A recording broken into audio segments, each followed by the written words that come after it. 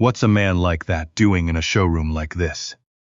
That was the thought written all over Trent Marlowe's face the moment the old man pushed through the glass doors. Faded canvas jacket, work boots gone soft at the toes. A billfold so worn the leather had turned the color of a dry riverbed. He walked slow, the way men walk when their knees have earned the right to take their time, and he stopped in the middle of that gleaming marble floor to look up at the silver convertible, spinning slow on its lit platform, like it was the first beautiful thing he'd seen in years. Marlowe didn't ask if he could help. He asked, loud enough for two other salesmen to hear, whether the gentleman was maybe looking for the service entrance around back. 20 minutes later, that same old man was on his knees on the showroom floor, gathering up a fistful of cash and a photograph of a woman who'd been dead 2 years, while Trent Marlowe stood over him and told him people like him didn't belong in a place like this. And then a young woman near the finance desk went white as paper, leaned over to Marlowe, and said 6 words that would end his career before the sun went down. But I'm getting ahead of myself. To understand how a man in a $30 jacket brought a company worth $100 million to a dead stop on an ordinary Tuesday, you have to go back to that morning, before the showroom, before the cameras, back to a small house at the end of a dirt road in Cave Creek, Arizona, where the story really starts. His name was Ezra Kincaid, and he was 74 years old. That morning he woke before the sun, the way he always did, out of a habit 60 years deep. He lay there a while in the gray light and listened to the house. There's a particular quiet that settles over a home where someone used to be and isn't anymore, and Ezra knew that quiet the way you know the sound of your own breathing. Della had been gone 2 years now, 2 years, 1 month, and he still reached for her side of the bed some mornings before his hand told his heart the truth. He got up, put the coffee on. 1 cup now. He'd been buying the same brand of ground coffee for 40 years, and he still, out of pure muscle memory, spooned enough for 2 into the filter before catching himself and tapping half of it back into the can. The kitchen was small, and the linoleum was older than most of the men who'd try to sell him a car that afternoon. There was a window over the sink, and through it the desert was just starting to catch fire at the edges, the saguaro standing black against a sky going pink and gold. Ezra stood there with his coffee and watched it the way you watch something you know is a gift, because when you get to be his age you understand that not everybody gets another morning, and you don't waste the ones you're handed. Down the hall, a door opened, bare feet on the floor. "You're up early," said Wren. Wren was 17. She was his granddaughter, and for the last 4 years, she had been the whole entire reason his heart kept getting up in the morning. Her mother, Ezra's daughter, Colleen, had died when Wren was 13. Ovarian cancer, quick and merciless, 4 months from the day they found it. Wren's father had left long before that, a man not worth the ink it would take to write his name. So when the funeral was over and the casseroles stopped coming, and the world went back to its business the way the world always does, it was just the 3 of them. Ezra, Della, and a grieving girl. Then Della's heart gave out on a Sunday in the garden, and then it was 2. "Couldn't sleep," Ezra said, which was mostly true. Wren padded over and poured herself a glass of orange juice and hopped up onto the counter, the way Della had always told her not to, and the way she still did. And Ezra didn't have the heart to correct her, because it was one of the few things in the house that still felt alive. "Big day," she said, watching him over the rim of her glass. "You nervous?" "Why would I be nervous? Because you've worn that same jacket to buy milk and to attend Grandma's funeral, and today you're walking into the fanciest car place in Scottsdale." He looked down at the jacket. He hadn't even realized he'd put it on. "This jacket's got character. This jacket's got holes. That's what character is when you're my age." She laughed, and God, it was worth everything just to hear it. She didn't laugh as much as she used to. Grief does that to a kid. It steals the easy laughter and gives it back slow, in pieces, over years. But she was laughing now, in the kitchen, in the gold light, and Ezra held on to the sound of it. Here's the thing you have to understand about Ezra Kincaid, and it's the thing Trent Marlowe would fail to understand until it was far too late. The man was not poor. Ezra Kincaid was, by any honest accounting, an extraordinarily wealthy man. But he had spent his whole life making sure that money never once got the chance to tell him who he was. He'd grown up dirt poor in a mining town that didn't exist anymore, the fifth of 6 kids, in a house with a dirt floor and a father who came home from the shift too tired to talk and too broke to fix the roof. Ezra left school at 15 to pump gas and turn wrenches. He was good with engines the way some people are good with music. He could listen to a motor and tell you what was wrong with it and what it was feeling. At 26, with $400 he'd saved, and a loan from a man who took a chance on him, he bought a dusty lot on the wrong side of Phoenix and put up a hand-painted sign that said "Honest Deal Auto." That was the whole pitch. Honest. In a business people didn't trust, Ezra Kincaid decided the radical thing to do was to simply not lie to people. He told them what was wrong with a car before they asked. He sent folks to the competitor down the road if the competitor had the better vehicle for them. He gave a single mother a station wagon at cost because she needed to get her kids to school. And Ezra remembered what it was to have nothing. And a funny thing happened. People came back. They sent their brothers, and their neighbors and their grown children. One lot became 2. 2 became a dealership. A dealership became a group. Over 40 years, Honest Deal Auto grew into Meridian Automotive Group, 22 dealerships across 3 states. And somewhere in that long climb the name over the door changed, because a board of investors decided Meridian sounded more premium than Honest Deal. And Ezra, who never cared much what the sign said, as long as the handshake was good, let them have it. He'd stepped back from the day-to-day years ago, when Della first got sick, handed the operations to executives in good suits, and turned his attention to the only thing that had ever mattered more to him than the business, which was the woman who'd stood by him back when he had nothing but grease under his nails and a dream he couldn't afford. He'd nursed her through the long, slow ending, then he'd buried her. And in all that time, the man who owned the controlling share of Meridian Automotive Group, whose signature sat on the founding documents of every single one of those 22 dealerships, had become, to the young people who now worked there, nobody at all. A name in a file, a ghost. Most of them had never seen his face. That, right there, is where this whole thing turns. Keep it in your pocket. Ezra rinsed his coffee cup and set it in the rack. Then he did something he did every morning, something so ordinary he didn't even think about it. He reached into the inside pocket of that beat-up jacket and took out his billfold, and from behind the cash he pulled a folded piece of paper, soft as cloth, from 40 years of folding and unfolding. It was a magazine advertisement, torn from the pages of a car magazine in 1979. Della had clipped it, a silver convertible, top down, sunlight on the chrome, and under it in that swooping old typeface, the promise of the open road. She'd kept it in her Bible for 4 decades. Every few years she'd take it out and look at it and say, "Someday, Ez," and he'd say someday, and they'd both smile because when you're young and broke, someday is a kind of prayer you say together. Someday never came, not for Della. There was always a lot to buy, a payroll to make, a kid to put through school, a wife to bury. The silver convertible stayed a folded piece of paper in a Bible, and then it stayed a folded piece of paper in an old man's wallet, riding around next to a photo of her face. But Wren was graduating in 3 weeks, top of her class, headed to the state university on a scholarship she'd earned with her own stubborn brilliance.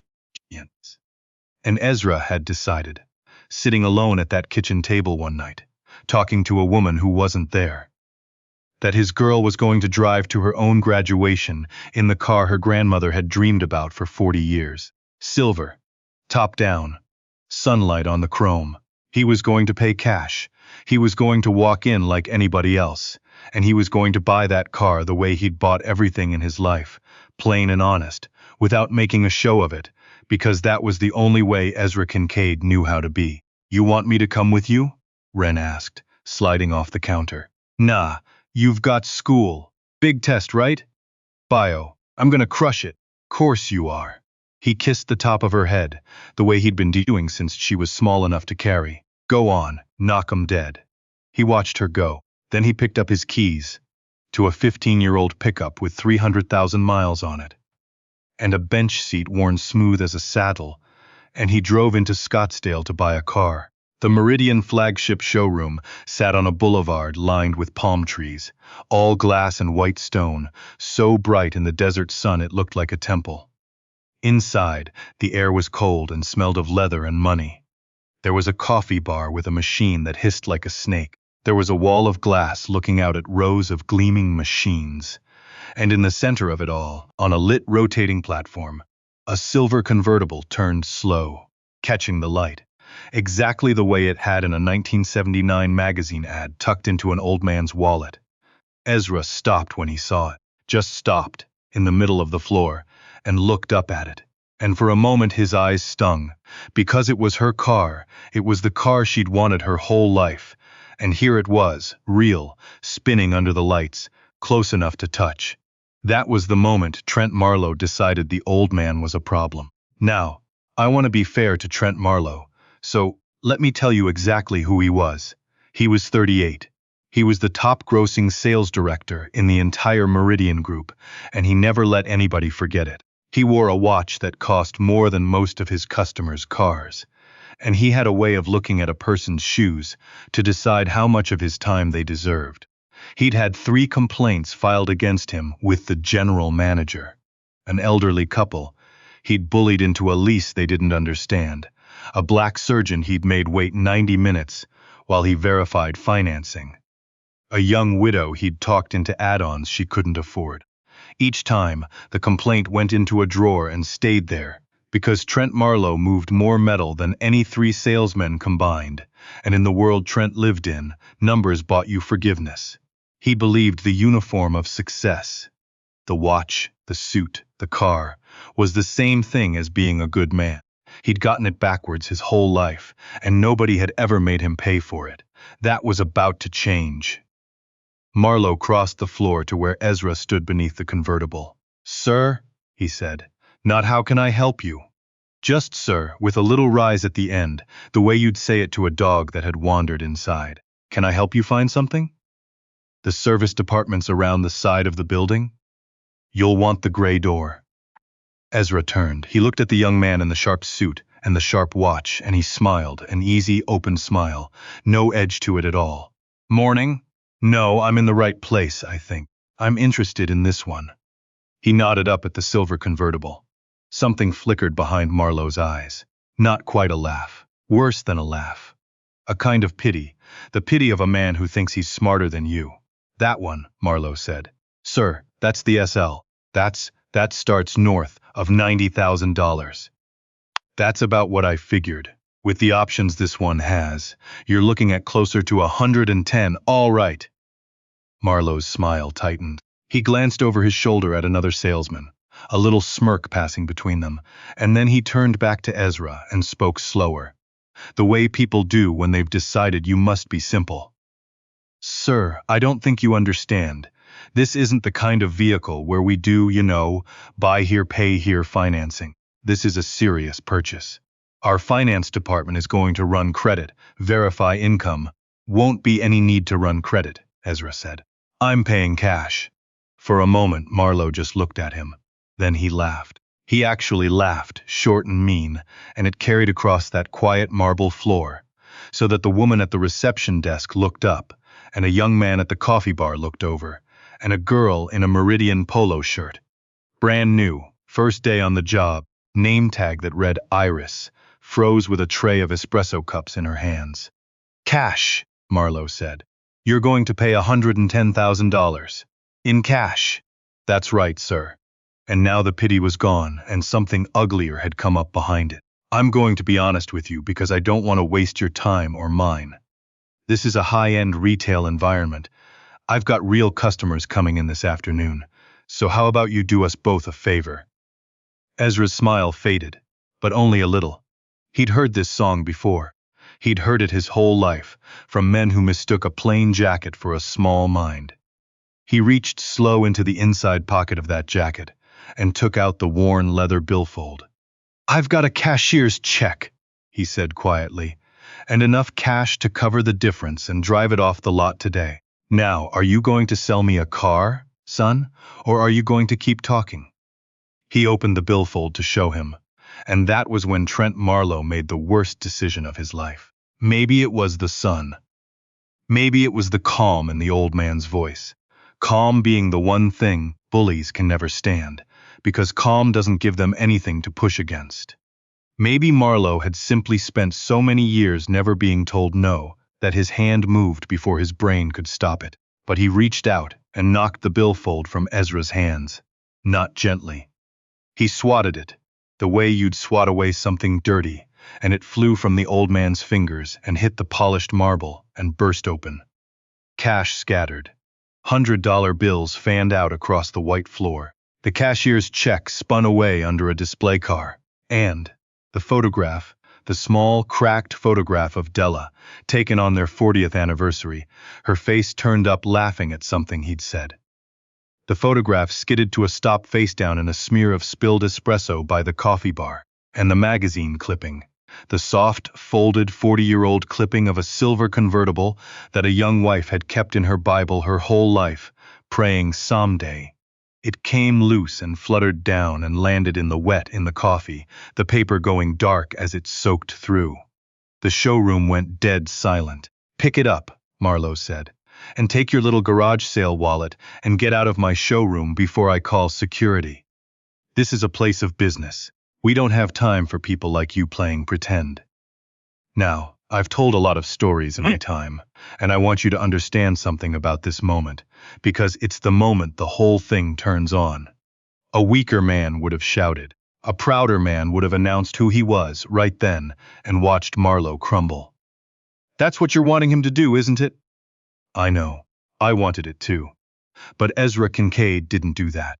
He got down on his knees, slowly, the way a 74-year-old man with two bad knees gets down on a hard marble floor, and he began, without a word, to gather his things. He picked up the bills one by one and squared them into a neat stack. He reached under the display car for the check, and then he crawled the last few feet to the coffee bar, and he lifted the little photograph out of the spilled espresso, and he wiped it clean against his shirt. Gentle, so gentle. The way you'd wipe a tear off a child's face. He looked at Della's laughing face for a second. Just a second. Then he picked up the ruined magazine clipping, the paper falling apart in his fingers now, 40 years of stay dissolving in cheap coffee. And he folded it as best he could and tucked it back into the billfold, like it was still worth something. Because to him it was. It was worth everything. He never raised his voice. He never said a word. And that, right there, the quiet of it, the terrible dignity of an old man on his knees picking coffee-soaked money off a rich man's floor. That was the thing nobody in that room would ever forget.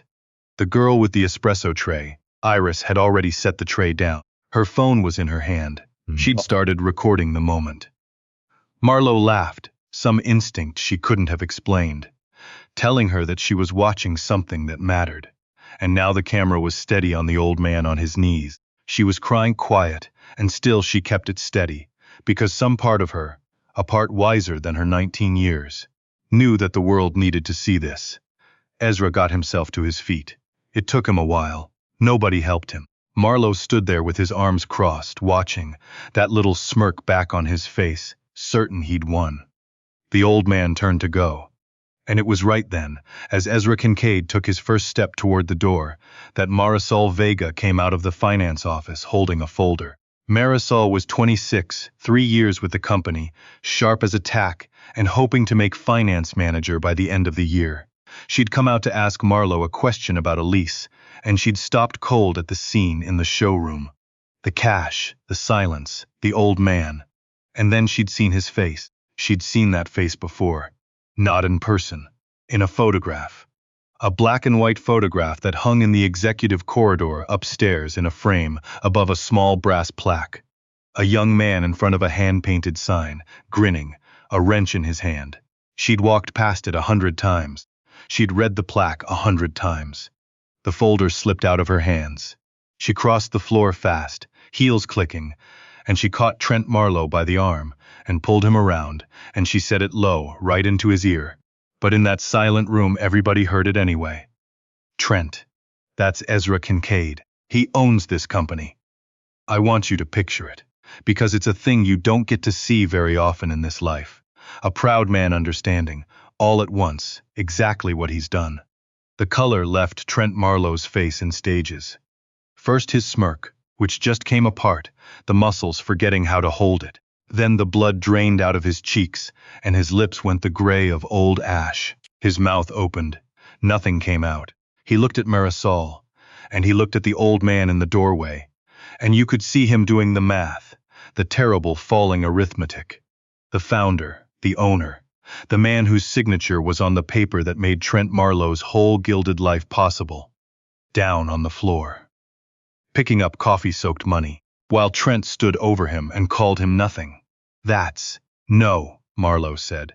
His voice had gone high and thin. No, that's not. He came in wearing. He founded Honest Deal Auto in 1974, Marisol said, and her voice was shaking, but not with fear, with something harder than fear. It's in the training video. His picture's upstairs. Trent. That's him. Ezra had stopped at the door. He turned around, slow. And for the first time since he'd walked in, there was something in his face that wasn't gentle. It wasn't rage. Ezra had buried too much to have left for rage. It was something quieter and far more terrible. It was disappointment, the bone-deep disappointment of a man who had built an entire company on a single word, honest, and had just watched what that company had become when he wasn't looking. Marlowe took a step toward him. Mr. Kincaid. Sir, there's been a terrible misunderstanding. I didn't. If you'll just let me. You knew, Ezra said, and his voice, quiet as it was, carried to every corner of that marble room. You didn't know who I was, but you knew who you thought I was. A poor old man in a cheap coat, and that's exactly how you treated him. He looked around the showroom, at the frozen salesman, at the girl with the phone, at Marisol standing white-faced beside the man she'd just unmasked. That's the part that ought to scare you, son. It was never about me. You'd have done it to anybody who walked in here looking like they didn't have money. You've been doing it. I just happened to be the one man in Arizona you couldn't afford to do it to. He walked back. He walked right up to Trent Marlowe, this old man in his $30 jacket. And he was a full head shorter and 40 years older, and it didn't matter, because in that moment he was the biggest man in the building. I'm not going to yell at you, Ezra said. I'm not going to make a scene. I've been on the other side of enough scenes in my life to know they don't teach anybody anything. He reached into his pocket and took out the ruined billfold and looked at it. You knocked my wife's picture into a puddle of coffee. She kept that magazine clipping in her Bible for 40 years. She never got the car. I came here to buy it for our granddaughter so that a little piece of her someday might finally come true. He looked up, and his eyes were wet, and he didn't bother to hide it. You didn't just insult me, son. You spat on the memory of a better person than either of us, and you did it for no reason at all except that you could. The room was so quiet you could hear the espresso machine ticking as it cooled. Now, Ezra said, and he turned to Marisol. Young lady, is there someone in this building who can sell a car to an old man without throwing his money on the floor? Marisol Vega straightened up. Yes, sir, she said. Me. And that's mostly the end of what happened in the showroom that day. But it is nowhere near the end of the story, because Iris, the girl with the phone, drove home that night and sat in her car in the driveway for a long time before she went inside. And then she posted the video. She titled it simply, He Owned the Whole Company. Watch how they treated him. By morning it had 2 million views. By the end of the week it had 41 million. It ran on the local news, and then the national news, and then it ran everywhere. Because it turned out that a great many people in this country knew exactly what it felt like to be looked at the way Trent Marlowe looked at Ezra Kincaid. They'd been looked at that way in stores and in banks and in fine restaurants and in emergency rooms. They saw themselves in that old man on his knees, and they saw every person who'd ever made them feel small in the smirk of the man standing over him. The comments ran into the hundreds of thousands. That could be my father. That could be me. That old man had more class on his knees than that salesman will have his whole life. So let me tell you where they all are now, because in my experience, that's the part that matters. Anybody can have a bad day at a car dealership. What a life is really made of is what comes after. Trent Marlowe was fired before the video hit 5 million views. Not quietly either. Ezra insisted the reason be stated plainly in writing, so it could never be buried in a drawer the way those 3 old complaints had been. But that was only the beginning of it for Trent. The video followed him. Every dealership in 3 states knew his face. Nobody would hire him to sell so much as a used sedan. Last anybody heard, he'd left the car business entirely and moved back in with his mother in Ohio. And he'd sold the watch that cost more than his customers' cars, to make rent. He tells people it was a misunderstanding. But everybody's seen the video. There's no misunderstanding a man's true face when the camera catches it clean.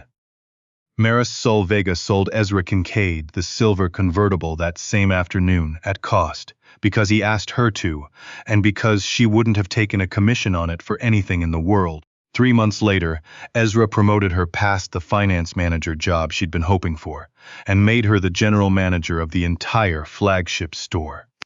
The youngest GM in the company's history. On her first morning in the job, she gathered every salesperson on the floor and told them the one rule that mattered above all the others. You will never know who someone is by looking at them.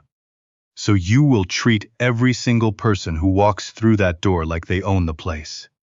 Because one day, one of them will. Iris Kowalski, the 19-year-old on her first day, who set down her tray and picked up her phone, never made a dime off that video. People offered. Brands wanted her. She said no to all of it. When a reporter asked her why she'd started recording, she thought about it for a long moment, and then she said, "My grandpa dresses like that. And I've watched people treat him like he's stupid his whole life, and I never once had the guts to say anything. This time I didn't put my phone away. This time I hit record." Ezra Kincaid paid for the rest of her college himself. She's studying to be a lawyer now. She says she wants to be the kind that stands up for the people nobody else will stand up for. And there was one more person, someone I haven't mentioned, standing at the edge of that showroom the whole time. Roy Ellison, 63 years old, 31 years with the company, a service manager who'd started out as a teenage kid changing oil back at the original Honest Deal lot in 1981. Hired by Ezra himself. Though he never in 100 years expected the old man to remember him, Roy had watched the whole thing from the service doorway. And when it was over, when Ezra was finally sitting at Marisopol's desk signing the papers, Roy came over, hat in his hands, and said, "Mr. Kincaid, you probably don't remember me." And Ezra looked up and said, "Roy Ellison, you had a gap in your teeth and a chip on your shoulder and the best hands I ever hired." And Roy Ellison, 63 years old, cried right there on the showroom floor. Ezra named a scholarship after him. For kids who want to learn a trade the way Roy did, the way Ezra did. Kids with grease under their nails and a dream they can't yet afford. The company changed after that. Ezra Kincaid came back. Not to run it, he was too old and too tired for that, but to remind it what it was for. He restored the old name to the founding papers, not Meridian. He made them hang a new sign in every one of those 22 showrooms, above the door, the first thing you see when you walk in. 2 words, in plain letters, hand-painted, the way they were in 1974. Honest Deal. And Wren drove to her graduation 3 weeks later in a silver convertible, top down, sunlight on the chrome, with her grandmother's ruined magazine clipping, laminated now, so it would last forever, tucked into the visor above her head. So what do we do with a story like this? Because it's not enough to just watch a bad man get what's coming to him and feel good about it for an afternoon. That's cotton candy. It melts. I want you to hold on to something that lasts. So let me tell you the 4 things I took from watching Ezra Kincaid on his knees on that marble floor, and then I'll let you go. The first is this: the way you treat a person who can do nothing for you. That's not a small thing. That's the whole thing. That's the entire measure of who you are. Trent Marlowe was perfectly polite to people in nice suits. Anybody can be. The test was never the customers he wanted to impress. The test was the old man he thought was nobody, and he failed it in front of God and everybody, and it cost him his whole life. The second is that you cannot read a person's worth off their clothes. You just can't. That old man in the $30 jacket had built the very floor Trent Marlowe was standing on. Every day you pass people you have decided, without knowing one true thing about them, are less than you. You are wrong about more of them than you will ever know. Be careful who you look down on. The ground you're standing on may belong to them. The third thing. Iris, a 19-year-old girl on her first day, terrified, outranked by everyone, and she was the only person in that room who did the right thing. Not the salesman, not the managers, the kid nobody was looking at. When you see someone being made small, you do not need permission and you do not need power. You need a spine. Silence in a moment like that is not staying out of it. Silence is a vote, and you are always, always casting one. And the fourth. This is the one I want you to carry out the door with you. Ezra Kincaid could have destroyed that man with a single sentence the moment he walked in. Do you know who I am? He didn't. He got down on that floor, and he picked up his money with his own 2 hands, and he kept his dignity when it would have been so much easier to reach for his power. Real strength doesn't announce itself. It doesn't need to. The loudest man in the room is almost never the strongest one. The strongest one is usually the one on his knees, quietly refusing to become the thing that's hurting him. I think about that old man a lot. I think about the 40 years he carried that magazine clipping, and the someday he kept alive, long after the woman he made it with was gone. I think about how the world looked at him and saw an empty coat, and how wrong the world was. And I think it's worth asking yourself, before you go, Who did you look at that way this week? the person bagging your groceries, the old man driving too slow in front of you, the tired woman at the counter. You looked right through them, the way Trent Marlowe looked through Ezra Kincaid. And you had no idea, you never have any idea, what they've built, what they've buried, what they're carrying folded up soft in a pocket close to their heart. So here's what I'll leave you with. It's not fancy. Ezra wouldn't have wanted fancy. Every person you meet is somebody's whole world, and was somebody's someday, and is walking around carrying more than you can see. Treat them like it, not because of who they might turn out to be, because of who you are.